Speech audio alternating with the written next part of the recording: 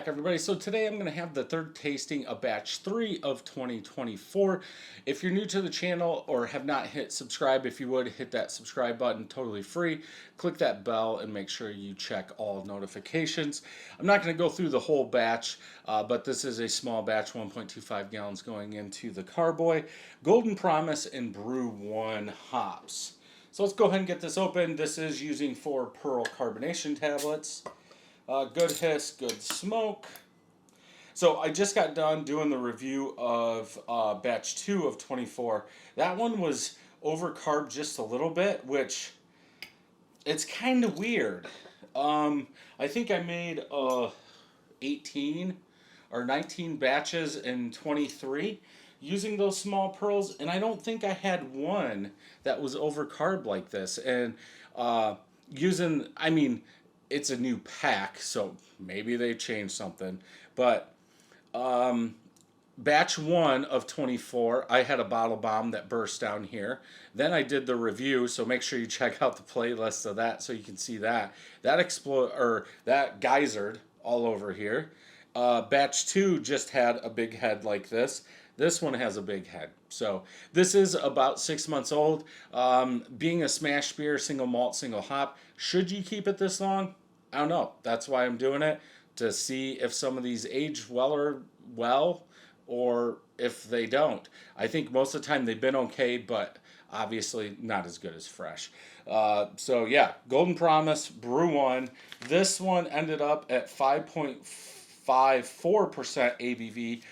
Beersmith called for this to be 5.6. Pretty much spot on.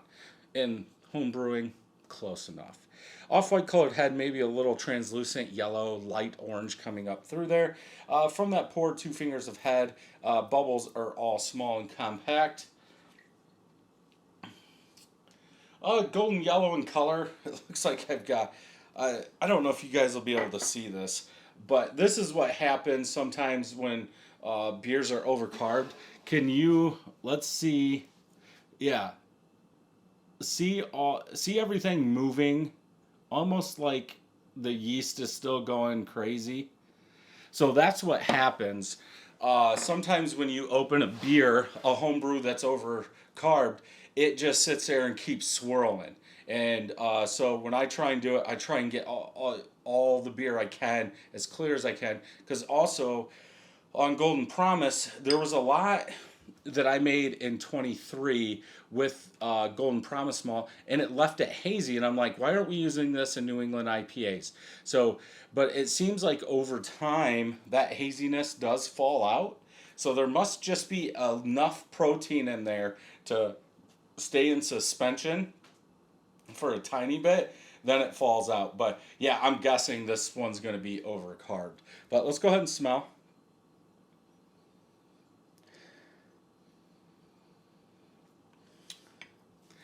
I'm getting that grapefruit. Now, again, I just did batch 2. That is also using Brew 1, just pale 2-row malt. So the smells are kind of the same, but in this one, I'm definitely getting more, I want to say that acidic grapefruit in here, instead of that, like, maybe overripe pineapple that I was getting in batch 2.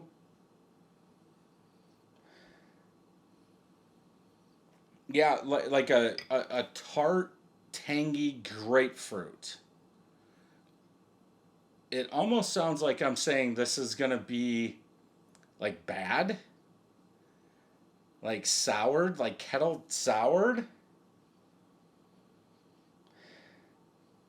I mean, it still has that hop smell, like an IPA smell, very low, but that tangy, acidic grapefruit kind of has me worried. It'll be fine. But let's go ahead and taste. That's about all I get. I really don't get any fruit. I just get that citrus in this one. Let's go ahead and taste.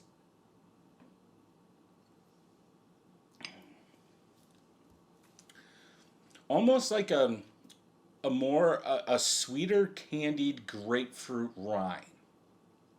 So I watched a TikTok video the other day where they took a watermelon, cut it into slices, took the pink part out, and then sliced the rind and put it in sugar and water on the stove I'm almost thinking to myself, if you did that with the grapefruit skin, the rind, that's kind of what you would get.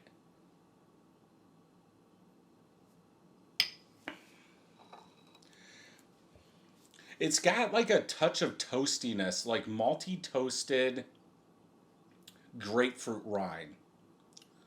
And I now that I'm saying that, I want to say I've been getting a little bit more toastiness out of the Golden Promise malt.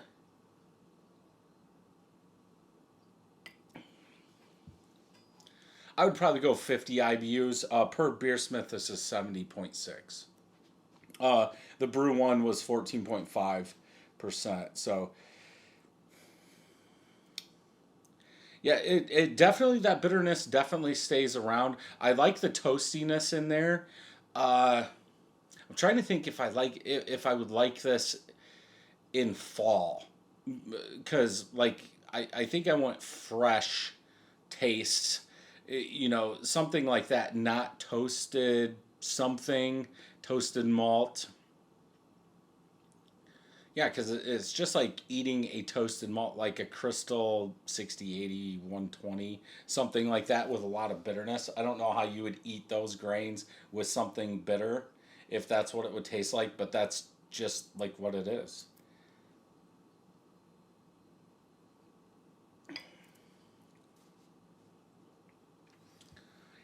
If I had to say like a fruit, I think I would go like a melon, like a melon grapefruit rind sweetness, toasted sweetness. It's definitely different. I don't believe this is what it tastes like early on, like after 2 weeks, than after a month. Um, it almost tastes like it's not balanced, but it wouldn't be if it had 70 IBUs and it was 5.6, because balance would be like 56 to 60 IBUs, not 70. So it still wouldn't be balanced, but it seems like, yeah, that bitterness, maybe the acids in the hops are coming on a little stronger. I didn't get this taste out of batch two, but it is what it is. It's okay. Would I make a batch and save it this long? No. But I'm kind of curious if that toasted, I think I want to use more Golden Promise in like browns or maybe even porters, something like that, to see if I can put that toasted flavor in there without going a higher SRM malt. Instead of getting that ashiness, I know it's a porter, so you're not going all the way up to 500 SRM, but even if you could stop it, say at 250, and put some Golden Promise in there and get that toastedness, maybe that ashy burnt taste might not be there. Could be a thing. I have to write that down or make sure I watch this video. So if you enjoyed this video, check out some more homebrew videos over here. Don't forget to hit that subscribe button, ring that bell, and I'll see you in the next video.